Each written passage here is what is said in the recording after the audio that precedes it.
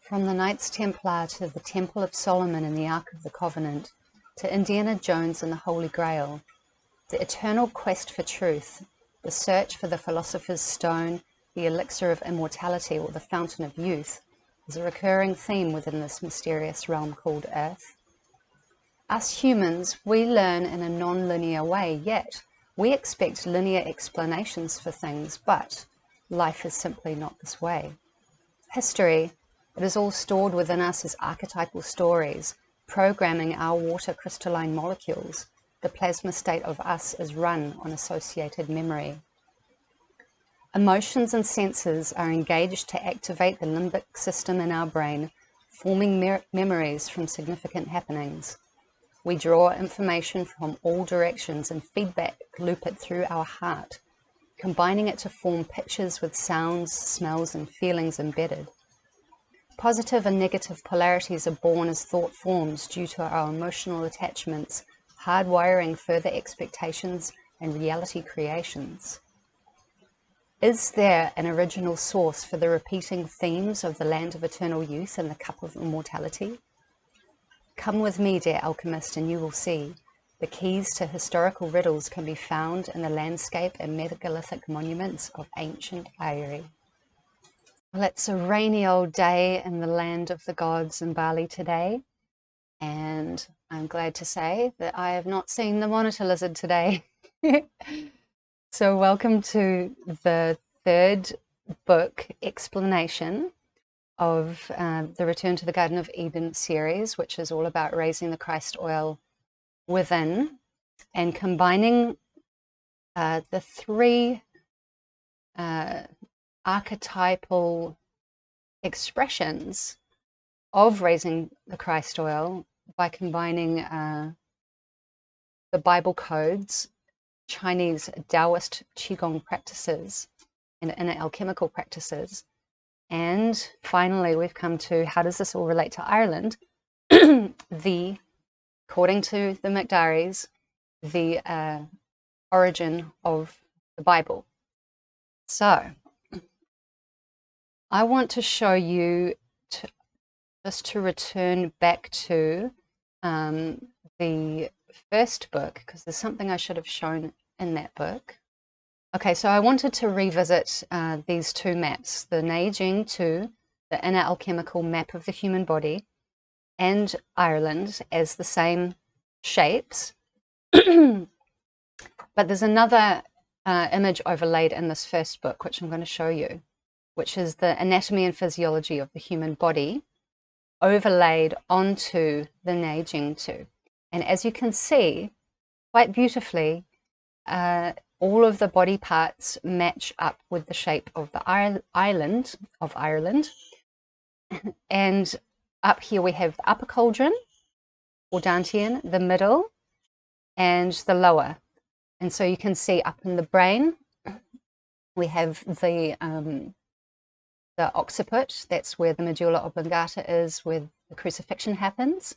Obviously, in here, underneath the cerebral cortex, we have the midbrain with all of the inner structures. And then we have the optical eyes, the nose, and the mouth. And as you can see, where this opening is actually where the nose and the mouth is. And this is where, in the eyes, the nose, and the mouth, the Buddha is here, and the foreign blue-eyed monk is here. And then as we go down the larynx and the trachea, we arrive into the upper portion of the middle cauldron, which is the heart and the lungs. And then as we move further south into the bottom part of the middle cauldron, we've got the digestive organs. You can see here stomach, and behind that all is the liver, the spleen, the gallbladder.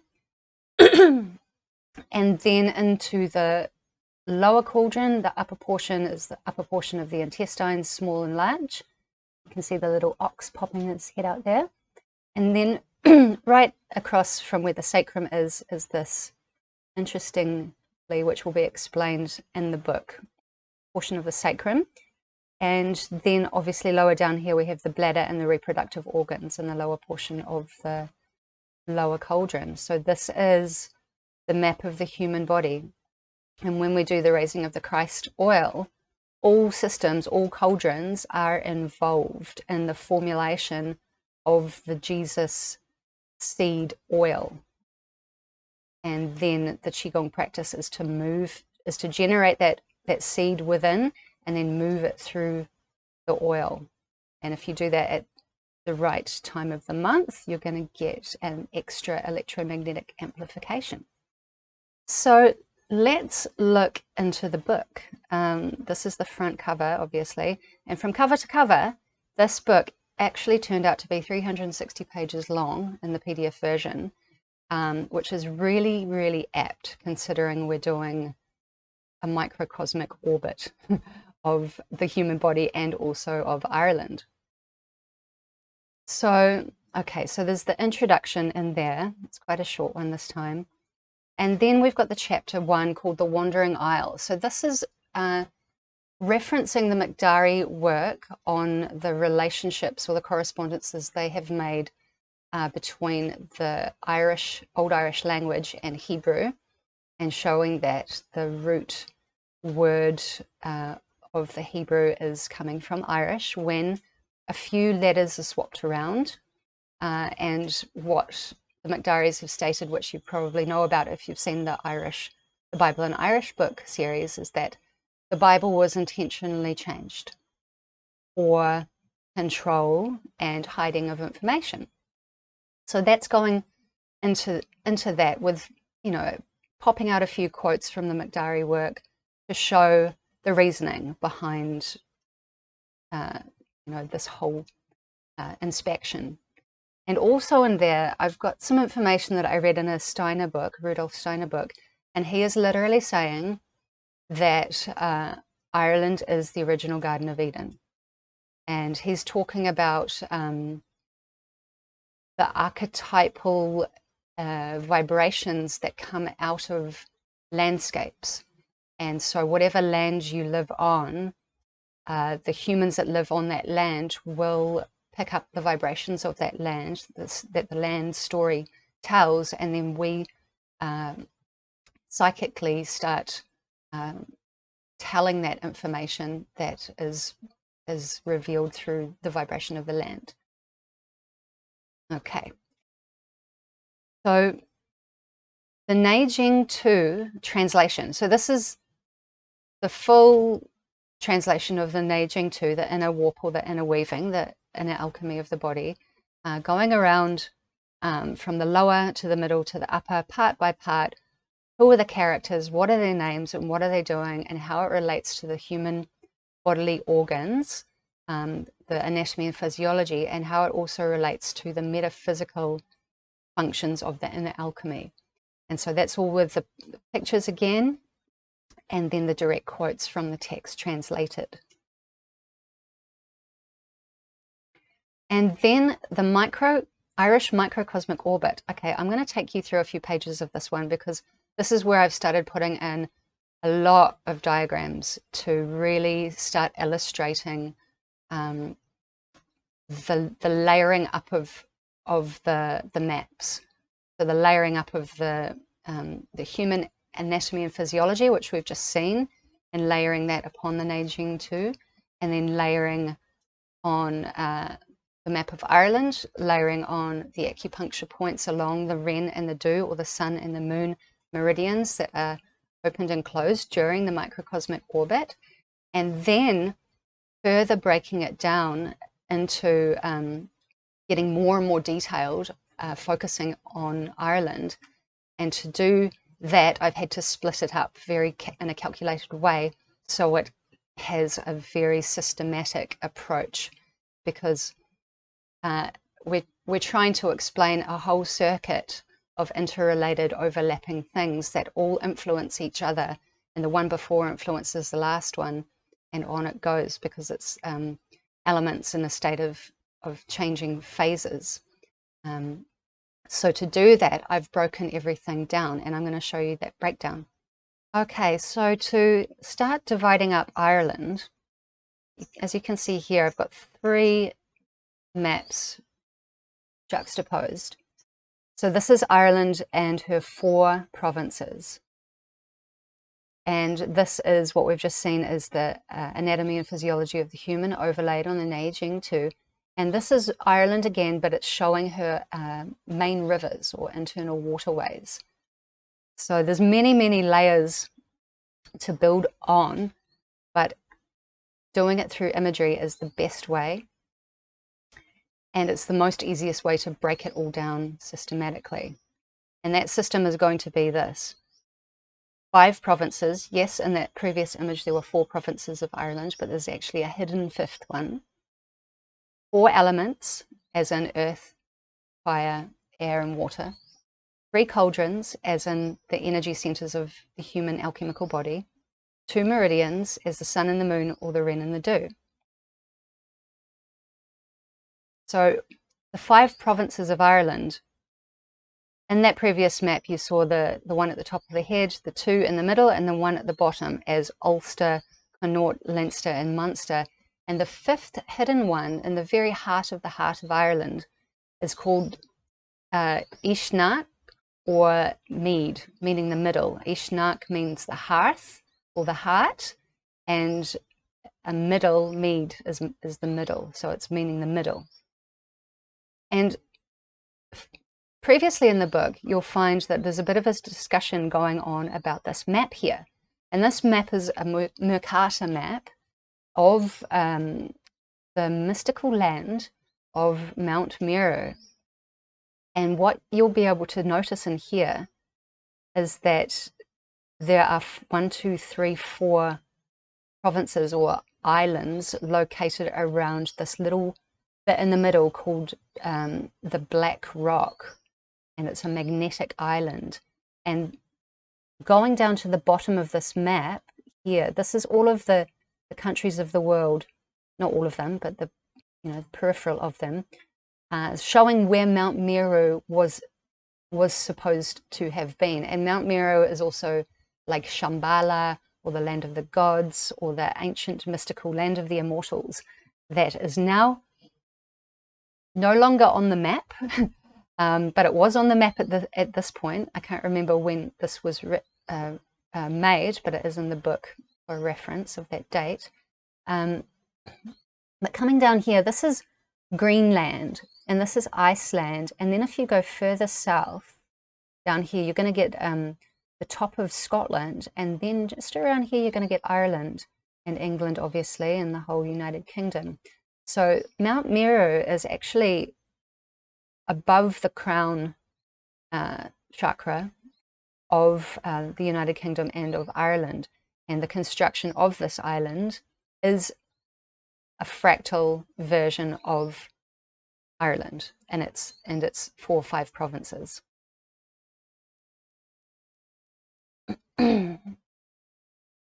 So dividing Ireland up again into the 4 elements of the Zodiac. So this is where I have got some maps showing the work of Andis Cowlands. Now he's a man that has his work on megaliths.net/Ireland, and you can see his really detailed map of all of the constellations as megaliths on Ireland, and where they're located, and what is drawn upon them, and what the etymology of some of the word Irish locations mean. And I'm going to be using all of that information in the breakdown of this book to basically show the as above, so below cosmological aspect of Ireland in harmony with the cosmos, and at the time that these megaliths were built, showing the position of the heavens. And so we can see as we go around that these zodiacs, just focusing on there's Geminis in there, it's a little bit hidden, Ursa Major and Minor in there. These zodiacs are actually in their correct position when you go around the zodiac wheel, and that zodiac map is in here as well. And so in this grayscale, I've got Ireland there, and then this diagram is showing the interrelationships between the cauldrons, the lower to the middle to the upper. And you know, it's a flat 2D diagram. It's not exact, but it's more of just a pictorial reference. But this will be how the book is divided in terms of, in the lower cauldron, we have four, there's Cancer, Gemini, Taurus, and Aries. In the lower cauldron, these are the four elements of water, air, earth, and fire. And then as we come up to the middle cauldron, we've got the same elements. Leo is fire, Virgo is earth, Pisces is water, and Aquarius is air. And then coming to the upper cauldron, Capricorn is earth, Sagittarius is fire, Scorpio is water, and Libra is air. So this is a way to divide it so we don't go mad in the process trying to figure out all of the cross connections, because once they're all laid out in this elemental way, and as all the elements influence each other going around the microcosmic orbit, we can start to understand why all these archetypal patterns exist and why they've lasted for so many hundreds of thousands of years. And so, as I've just explained, inside the three cauldrons, we have the four elements and the four elements and the four elements, and that ends up being 12 zodiac animals. And this is the alchemical laboratory of the three cauldrons.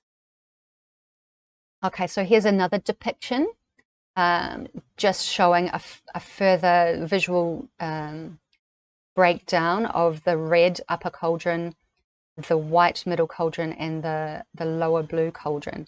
And as you can see, this white middle cauldron is actually going from the east to the west. And then we have the north and the south. So this is now starting to give us the visualization of the four directions. And then the middle is always the heart, the middle province of Ireland. And this diagram here, this is an old Daoist depiction of the 12 positions. So we can imagine these as the 12 archetypal animals of the Zodiac. Chinese has 12 animals also, slightly different. And then this little, this is, if you've read the first book, you'll know that this glyph, this is actually a glyph for a cauldron, this three-legged little cauldron relating to cinnabar and the alchemizing of mercury with gold. So when you make mercury and gold together, it forms cinnabar, which is a red elixir pill. And so this whole glyph means the elixir. And so that is in the center at the lower end of the cauldron, and it's showing its movement going around and how it's sprouting out through the crown. And so then too, whittling it down, refining it down, the microcosmic orbit of Ireland, this is putting in red from the Do 1. I haven't included all of the acupuncture points. I've just got the main ones going around. So the Do is in red, and it starts just under the tailbone. It's all the way up the back, around the sort of posterior portion of the spine, the flow of the oil, the flow of the cerebral spinal fluid, and it ends in the upper palate of the mouth, and then the Ren, when we do the microcosmic orbit, we flow downwards, and the Ren begins just a bit further on from in front of the tailbone, between the genital organs and the anal orifice. So there's two openings here. The Ren to the Do is one opening, and in the mouth, the Ren to the Do is another opening. And we close this opening in the microcosmic orbit practice by touching the tip of the tongue to the upper palate, and that seals the circuit. And also doing, before you start, a few pelvic floor contractions to help join the Ren and the Do together on this end. And as you do this more and more, your body will start doing things automatically in terms of joining these 2 points at the lower end of the sun and moon circuit together. And in Chinese descriptions, they call this circuit the river chariot. And I've likened that to the river Jordan. And you'll find out lots and lots of stuff in this book that actually the original name of the River Jordan is Irish, and it's all to do with this lake up here, which is in the region of the ventricles of the brain where the pineal gland lives. And this has 4 rivers flowing out of it relating to the 4 ventricles of the brain. Anyway, so again, in book 1, I've put the acupuncture points to focus on with their translated names, to familiarize ourselves with the anatomical location and also the functional aspect of these points and why they are named so. And then the difference is with this book and the repetition is that I have put the Irish counties where the acupuncture points are. So, for example, Du for Ming Men, this translates as the gate of life, and in the terms of the map of Ireland, it is in Dublin, which is the capital of Ireland. And the Ming Men is related to the kidneys opposite the belly button, and this is the fire and the water of the entire body. So we can start as we get to know and familiarize ourselves with the acupuncture points and the location on the body and why it's important, and then relating it to the Irish location, we can see this kind of weaving start to unfold as reflections in the pattern. So then I've done the same for the Renmai, the moon channel, the Mary channel, and then another map. So this is showing the 4 and 8 directions. So we can see the equinoxes here and the solstices. And then we have the cross quarter, which is to do with the agricultural cycles. And so we have Samhain, which is Halloween, Beltane, which is May Day, the lighting of the fires. And then Lugnasa is getting down, it's to do with the harvest, and it's as winter starts approaching. And then on the opposite end of that, Imbolc, is St. Bridget's Day, and that is the official start of spring. And so we can see in here, as we'll learn, the most important, not most important, but the most well-known, most famous monument of Ireland called Newgrange at the Brunaboyne, which means mound of, not mound of, the river of the White Cow on the Brunaboyne River with Nouth and Doubt. It forms an energetic alignment in the location of Pisces, and this relates to the lungs and the heart and the kidneys involved in breathing and oxygenating the blood. And of course, the most important and well-known thing about the Brunaboyne complex with these 3 monuments is that the Newgrange, the central one, is aligned with the sunrise of the winter solstice, which is occurring in the northern hemisphere around December the 21st, 22nd, which is, this Christmas time. It's just before Christmas. So this is relating to the crucifixion, and in that that internal chamber of that mound, that earth mound, we have a cruciform as a chamber shaped like a cross within. And so this is the alignment of the winter solstice sunrise, the sun of heaven, impregnating the earth mother with light at that winter solstice time. So then we can start weaving in to all of this Irish stuff, all of the biblical reflections as well.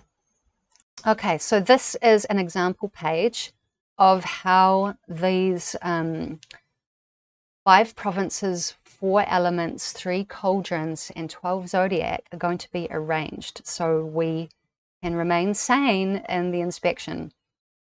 So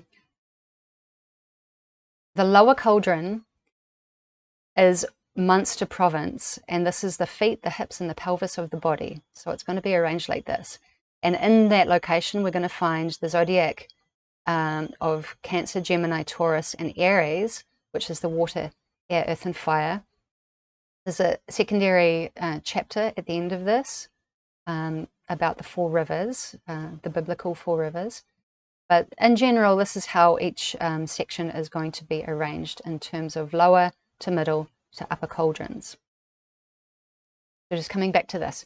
Okay, so repeating. It's just the best way to learn. Is here again, obviously, the Ne Jing Tu. And if we're in the lower cauldron, we are going to be focusing on this zone here.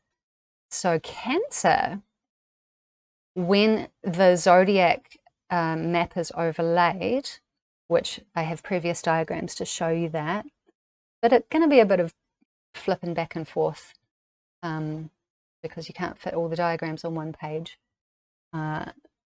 So Cancer on the Zodiac alignment is here in this region. And this is, so in Ireland we have those provinces, right? We have 1, 2, 3, 4 main provinces, the secret hidden middle one in Mead, Uisneach, the middle hearth, the heart. And then within each province, there's further divisions, and there's 32 provinces of counties in Ireland. And so in this region, we've got County Clare, which is around here, and we've got County Kerry, which is around here. And together, they are combining in the Zodiac of Cancer, the element of water. And this is the constellation in the heavens, the stars. And in this region, we're going to be talking about these things. The River Shannon, which is the longest river of Ireland, and it runs all the way up through this area here, on the Renmai, the moon meridian. And then we've got Loch, which is a lake, I don't know how to pronounce this, Cuminota, and that's down in Kerry there. And then Kerry actually means the boat. And also in this region is the end of the Milky Way. And in the acupuncture point, it is Yong Chuan, the kidney 1 point on the foot, on the underside of the foot. So it's about the feet. And this is the toes in this region. And then it's also, as these elements connect to each other, they're not working in singularity, it is involving an aspect of the maiden at the wheel. And as she's weaving her red ribbon, this connects biblically, as we'll find out, to the line of the 2 houses of Judah, one of the 12 tribes of Israel. There's a mythology around when the 2 twins were born, and one of the midwife wrapped a red scarlet ribbon around the one that came out first. So that has biblically to do with that, but it's also to do with the umbilical cord. And as she's in red, it's to do with the formation of blood. And as it's relating to the mother, the Mary, it's relating to the umbilical cord, which is the acupuncture point in this region of the body, just under the belly button, which is the opening of the River Shannon. So that's kind of the overview. And so with that, I go into breaking it down and discussing how it all relates based on the megalithic stones that Anders Cowlands on megaliths.net has identified for us.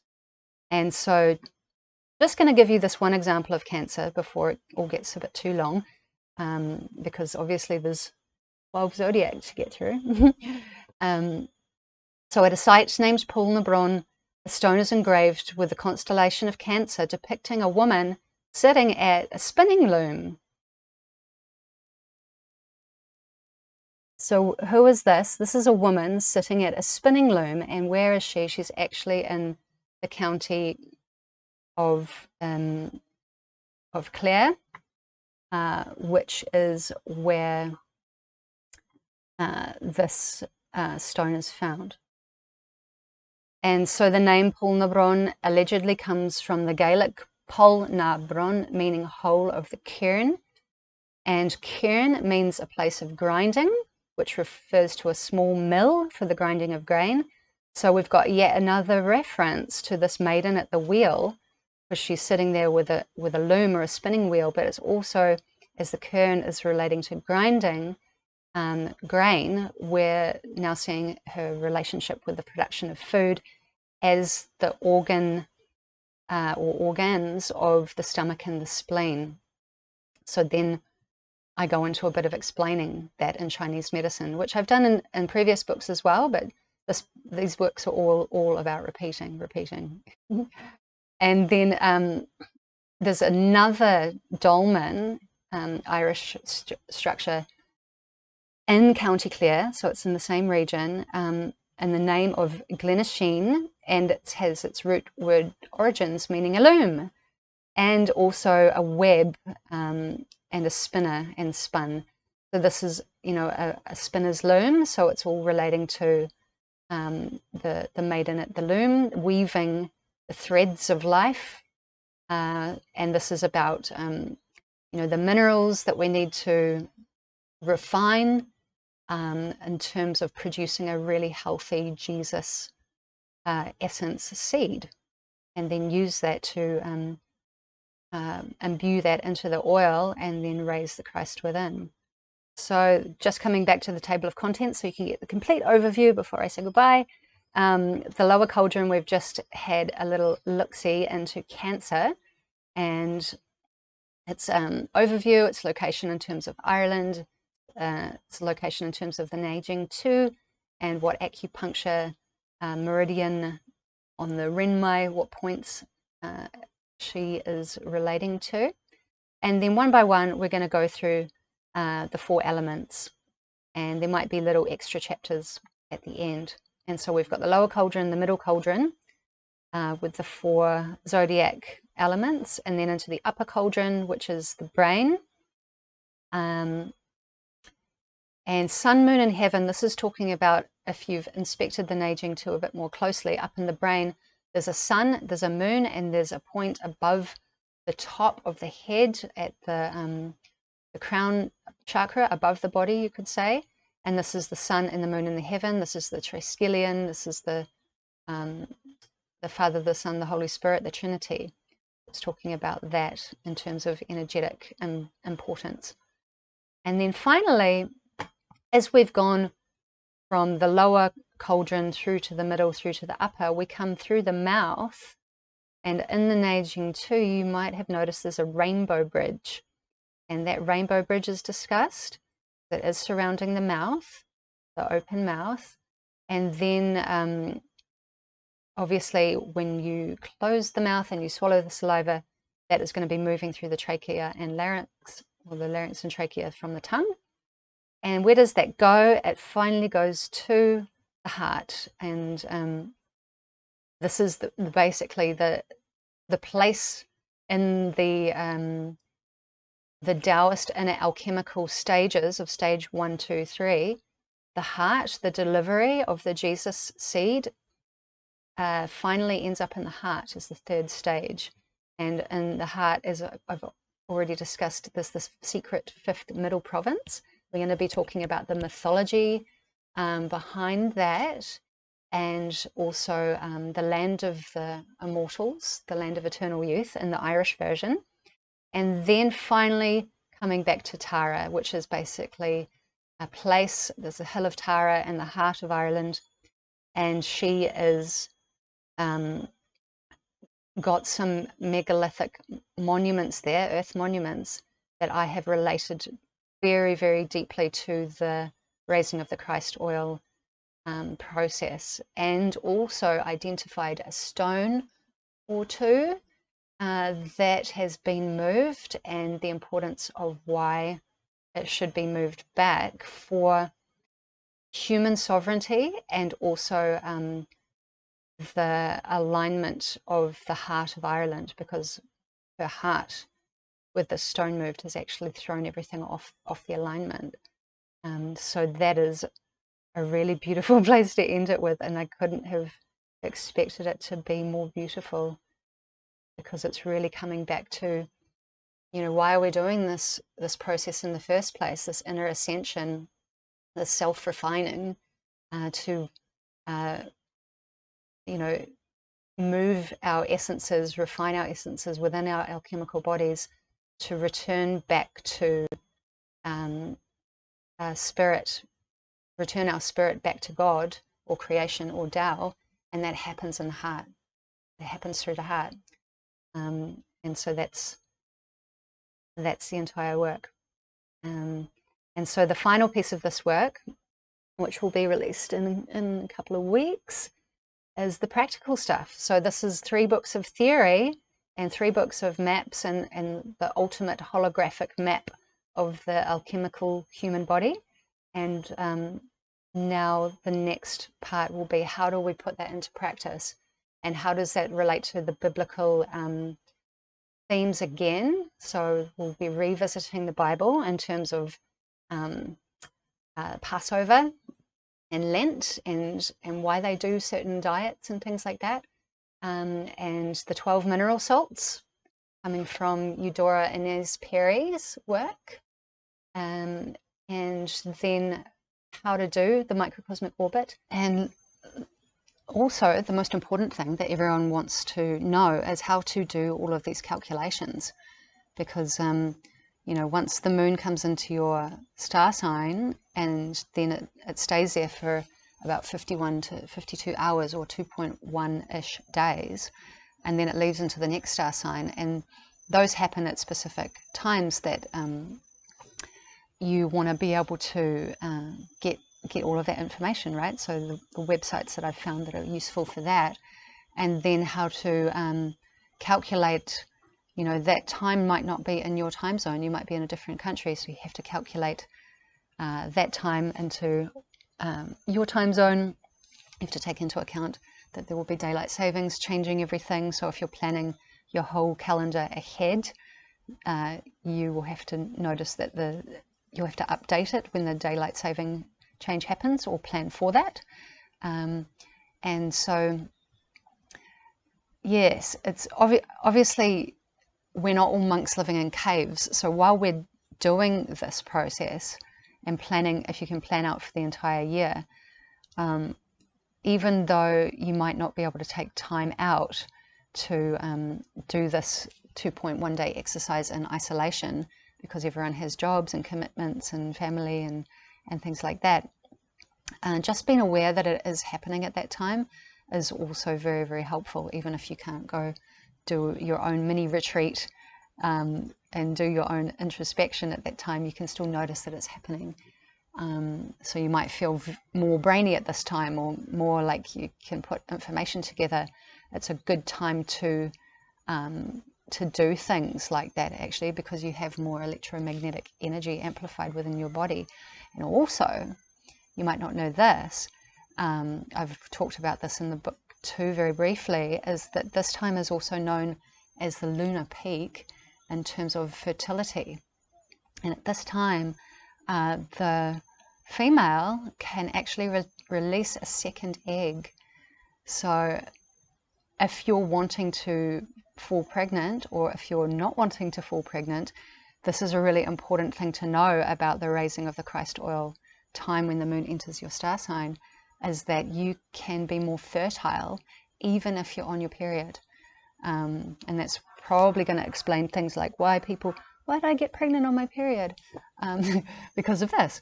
So that's really handy to know for anyone that's interested in the fertility aspect of it as well. So yeah, there's so much to this, and it's such an exciting thing to share with people. And yeah, lots of charts to learn and master in all of the realm of mathematics.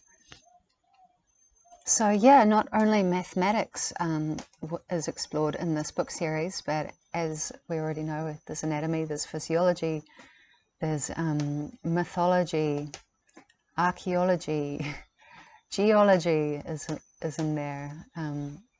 All of the ologies that we need to learn to be the alchemist, be the one that knows all of the parts of the archetypes. And when we know all of the layers of what we're dealing with, we can see very much more easily the fractalized holographic pattern that is, as I've said in my other books, speaking through the echo chamber that is all around us.